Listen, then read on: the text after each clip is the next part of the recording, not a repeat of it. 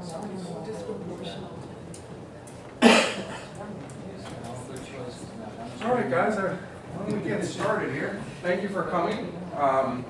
My name is Dr. Dominick. I'm a pediatrician here in Portsmouth, and this is Dr. Sarah Lauren. She's a psychologist here in Portsmouth as well, with over 30 years of experience, and I'm very happy to have her joining me today. Thank you for showing up. And talking to other people about just doing this. There seems to be a resounding theme that that the parents who actually show up are somewhat the ones that you least have to worry about. And I think what that is getting to is that just by being here, you are making the decision to be involved. And I mean, that's a general theme. Just being involved in your son or daughter's lives. Specifically related to sexuality, being involved in terms of getting those opportunities to teach, etc. That is very, very important. So thank you for showing up. And what I was going to do, just to get the ball rolling, I had just put some cards down to hopefully, maybe people could introduce themselves and then just say who you're I guess this is being taped, so maybe just introduce yourselves and just, again, if you could read off those cards that I gave you. Hopefully it touches upon a lot of different areas in terms of adolescent sexuality that'll get the ball rolling, and after which, it's really just informal. We want to be here to answer any and all questions that you guys have, we got into a very good discussion on Tuesday, so hopefully people will feel comfortable just bringing whatever up. So if we could start here. Sure. Gary Nato, son in 7th grade. Awesome. Do you mind just reading your read the cards there? Yeah, sorry. Okay. A study of U.S. teens aged 13 to 19 revealed that 20% sent and 48% received sexual messages via text, email, social media, etc. So that's just touching upon, I mean, that's becoming, obviously with all the social media, I mean, that's becoming very, very commonplace. I mean, almost the old, going the bases kind of, first base, second base, third base, texting pictures, taking pictures of yourself, etc., texting them to your boyfriend, girlfriend, whatever. That's now becoming kind of the routine right now as well in terms of making steps in your relationship. So you guys should all be aware of that, of course. And gender variant adolescents experience higher risks of bullying, social isolation, and suicidality. And gender variant, so there's sex and gender, right? So sex is determined when you're born, either you're male or female, genitalia, etc. Gender is more of who you identify. Do you identify yourself as a female? Do you identify yourself as a male? And obviously there's many, many factors that come into that. And so I don't know if there's more that you want to touch upon in terms of gender, what gender variance truly means, or? Maybe when we talk more, if it's something people are interested in. I'm aware that we're all learning about what's going on with our teens these days. So I don't have the idea I'm an authority on it. I'm just always learning like you are, and I'm sure through your youth you've seen, you've heard about all kinds of things. And I respect that there's definitely ways that you're a good authority for your own experience. So I hope we can all look at what you want to bring up, what you want to look at here today. I'm Margaret Witham. I have a son in 7th grade. I think everyone's child is in 7th grade, right? Is that correct? Okay. In 2011, 9% of high school adolescents reported some form of physical violence in their romantic relationship. So 9% report some kind of physical violence. Sex education from parents, grandparents, and religious leaders has been associated with beliefs linked to delaying sex. And that just touches upon, I know, I'm sure day to day you're feeling, absolutely helpless sometimes, and you feel like your child might not listen to you at all. There have been many of studies that have shown that yes, in fact, they do listen. No, they might not get 100%, but that's why, you know, we talk about having multiple talks now. I mean, it's no longer the talk, because maybe you're just getting a couple, you know, 1 or 2% of what you're saying is getting through each time you talk to them. But hopefully by having many different talks along a timeline over a couple of years, you know, some of what you're thinking and some of your discussions is sinking in. There's been plenty of studies that expressing your values upon your child is linked with better decision making as well. So keep that in mind. I know there are many times where you feel like, you know, you might be talking to a wall, but you know, it is getting through there. So keep at it, okay? David Little, 5% of 17-year-olds are uncertain about their sexual orientation. So 5% of 17-year-olds are uncertain about their sexual orientation. Over 10% of adolescent females and between 2 and 6% of males report having participated in same-gender sexual activity. Like I said, hopefully this is touching on many different aspects of sexuality here that you guys can ask whatever questions you have. Gary Warren. HPV is the most common STI in adolescents. Most people who get HPV do not know they have it. The HPV vaccine is recommended for both males and females. So now, you know, if there are any questions that came up at the end about the Gardasil vaccine, obviously I'm happy to answer that. But now recommended for males and females. Yeah. Any questions? You know, while we're doing this, pop them up. So.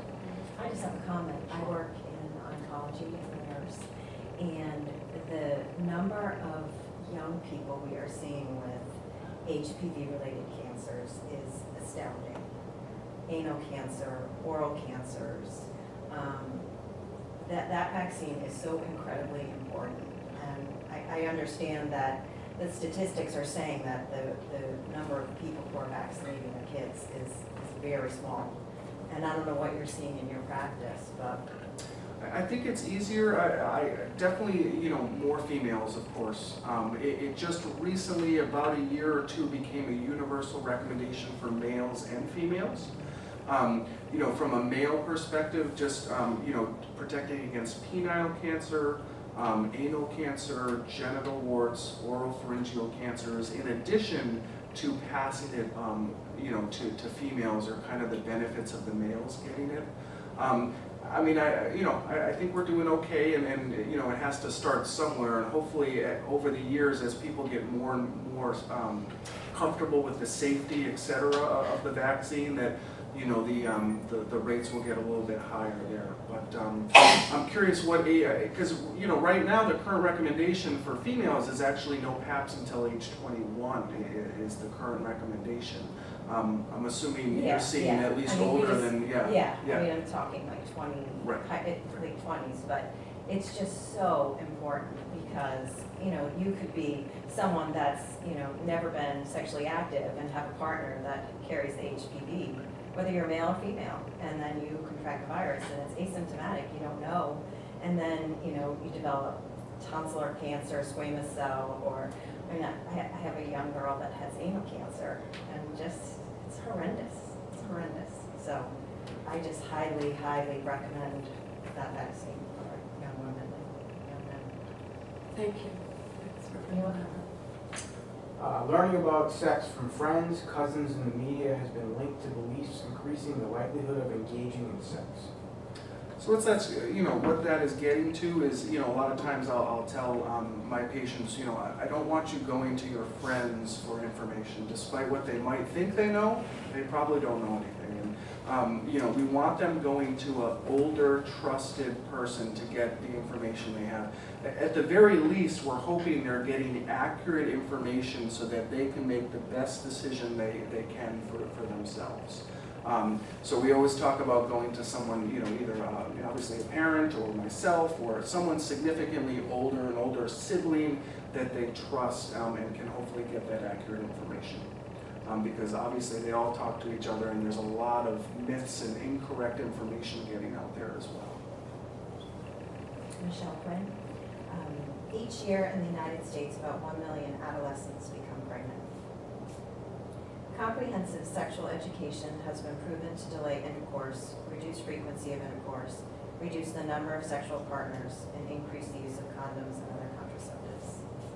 I think that was a fear, almost like, oh, is talking about it gonna, lead to more promiscuity, et cetera? And that's, been disproven many times. So, they're gonna get that information. I mean, that's, that's one of the things that gets brought up is just their constant bombardment with the social media and text and internet, et cetera. The information, they're gonna unfortunately get exposed to a lot of these things, and talking about it is really the best that we can do, so. Gary Finnerl, adolescents who describe their family as providing supervision for older and sexual initiation. So just, again, touching on being involved in your child's life, obviously. Knowing where they are, who they're hanging out with, what's going on, on weekends, et cetera. Just being involved and providing some supervision. Studies have shown that HPV vaccination would not change sexual behaviors. And that was one of the things that was thought, again, that was the concerns in the beginning that, am I kind of giving the okay by giving this vaccine that sex is okay, et cetera? And studies have, disproven that it's not, leading to any, earlier initiation or anything like that. Nathan Johnson. 25% of 10 to 17-year-olds say they experience unwanted exposure to pictures of naked people or people having sex while online.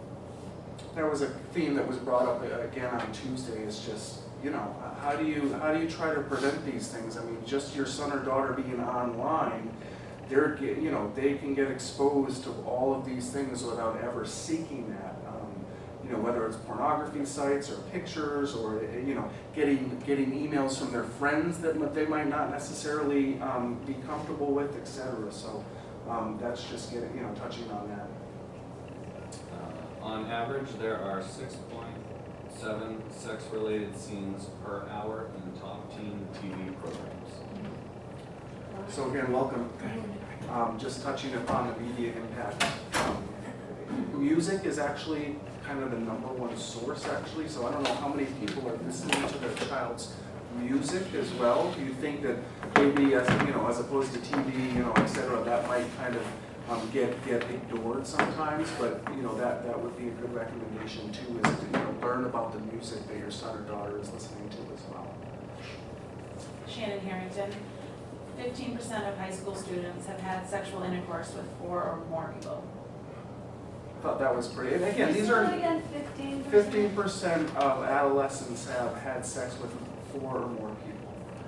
And again, these are national. This is national data. This is from the study in 2011 by the Center of Disease Control, the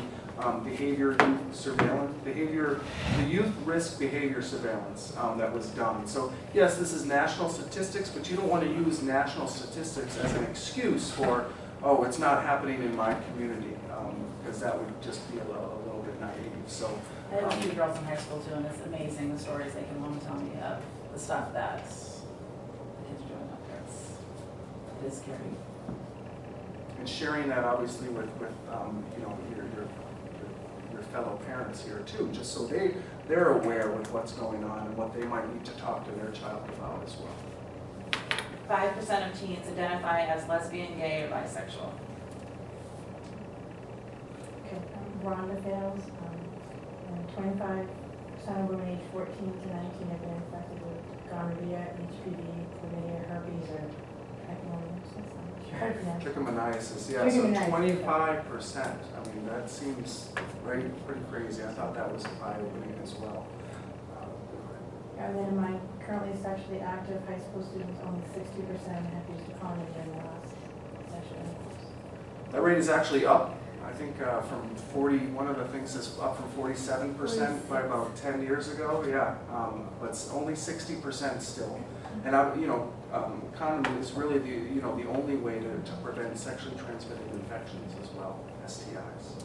And even, I'm sorry, but you know how we were talking about, she's got kids in high school and she does share the story sometimes, which is helpful because it used to be when I was in school, we kept them in band and sports and kept them busy. They were around kids that you know, they were a little bit less susceptible to that. It seems like it's getting risky, yeah. Yeah. Okay, I'm Greg Bennett. Herpes can be spread even when there are no blisters present. Which, you know, it's not like a fault thing, you know, I mean, it's not like, you know, it's not like someone has an ongoing herpes sore and just not telling their partner necessarily. I mean, you are symptomatic and you know, contagious, if you will, being completely asymptomatic. So, you know, you just, again, might not have the info there. Okay, the second one, Gardasil protects against HPV. Type 6, 11, 16, and type 6 and 11 account for 90.1% of genital warts. Type 16 plus 18 account for 70% of cervical cancers. So that's what we were getting to with the HPV. It's a quadrivalent vaccine currently, and again, 6, 8, 16, and 8, or excuse me, 6, 11, 16, and 18, I think is right. It said 6, 11, and then it says 16 and 18. Right, and those are the 4 most common strains in terms of genital warts and cervical cancer that we're trying to protect against. I'm Karen McNair, I have a daughter. Both of mine are actually kind of positive. Teenage pregnancies decreased by 27% from 1990 to 2000. From 1991 to 2011, rates of sexual activity have decreased from 54 to 47%. I think those were I was going to use those on at the end there to hopefully go out on a positive note. We are, you know, we are. Yeah. It's okay. I think we are starting to talk about these things more and more, and you know that is hopefully translating into better decisions. And there is some evidence to support that over the last 10 or 20 years that we are making an impact. Just hopefully talking about these things. We're just going to introduce ourselves and read those cards. I'm Hope Martin, and this is referring to your condom use comment, which says that rates of condom use at last intercourse increased from 46 to 60% from 91 to 2011. Okay, from 1991 to 2011, rates of high school students who have had intercourse with more than 4 people have decreased from 19% to 15%.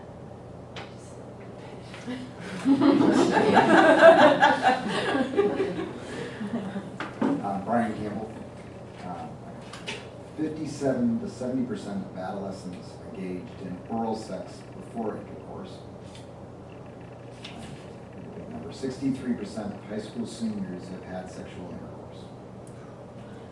So you can imagine, I mean, some of the, and there's another card that just describes, I think it's 47% of high school students have engaged in sexual intercourse. Did I steal your card or something? That's all right, that's good. So you can imagine, you know, I didn't find anything specific to freshmen, but you know, you have 63% of seniors, and then you have that percentage of adolescents that are engaged in oral sex before intercourse. So, you know, you can imagine that hopefully, you know, now is the right time to start talking about these things over the next year or 2, etc. Because you know, even oral sex is happening, you know, at an earlier and earlier age. So keep that in mind. Hi, I'm John Batty, and so that was the one card, the 47%. And then it says both males and females report first masturbating between the ages of 12 and 14.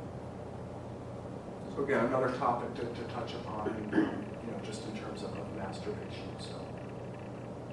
And hopefully that kind of got a lot of different topics started there. You know, and I don't know, again, I'm sure that hopefully there's a lot of specific questions or concerns that you guys might have. I just, you know, we want to keep this informal as opposed to us talking to you. You know, I think it's much more beneficial to have your specific concerns or questions addressed. Just another, relating to the oral sex, they feel like that the rate of the oropharyngeal cancers, why that is skyrocketing is because these kids are engaging in so much oral sex, and that's how it's transmitted. So that's why we're seeing all these oral cancers. This very high percentage of those tumors that are HPV. So. So are you saying that like that HPV transmittal is kind of geographically based? Let's say, I mean, sort of like, not geographically literally, but on your body. I mean, if you're having oral sex, you're gonna get it in your mouth. If you're having anal sex, you're gonna get it in your anal area. Yes. And that's, I mean, that's just, you know, one of the things that's going on too, in order to, you know, still consider yourself a virgin.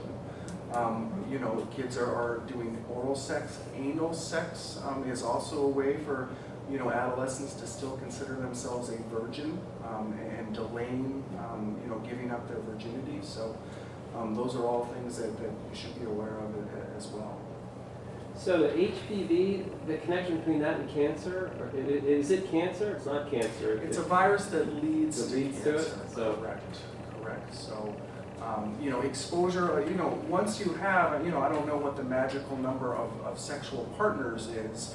Once you, you know, the higher the higher number of sexual partners you've had, the higher your risk for acquiring a lot of those HPV viruses. The reason why the vaccine is, you know, hopefully started at an early age, you want to get that before the exposure because it's not going to be as beneficial, if beneficial at all, if you're getting them after that exposure.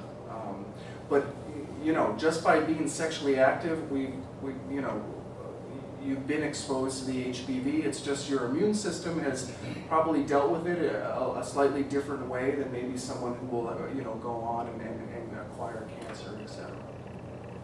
So there's some percentage of the people that have HPV that end up with cancer? What is that? I don't know what the exact percentage is because, again, HPV is considered ubiquitous. I mean, you know, we probably have all been exposed to many different of those HPV viruses. But I'm not sure about an exact percentage of, you know, this percent of people who are, you know, are exposed to HPV, you know,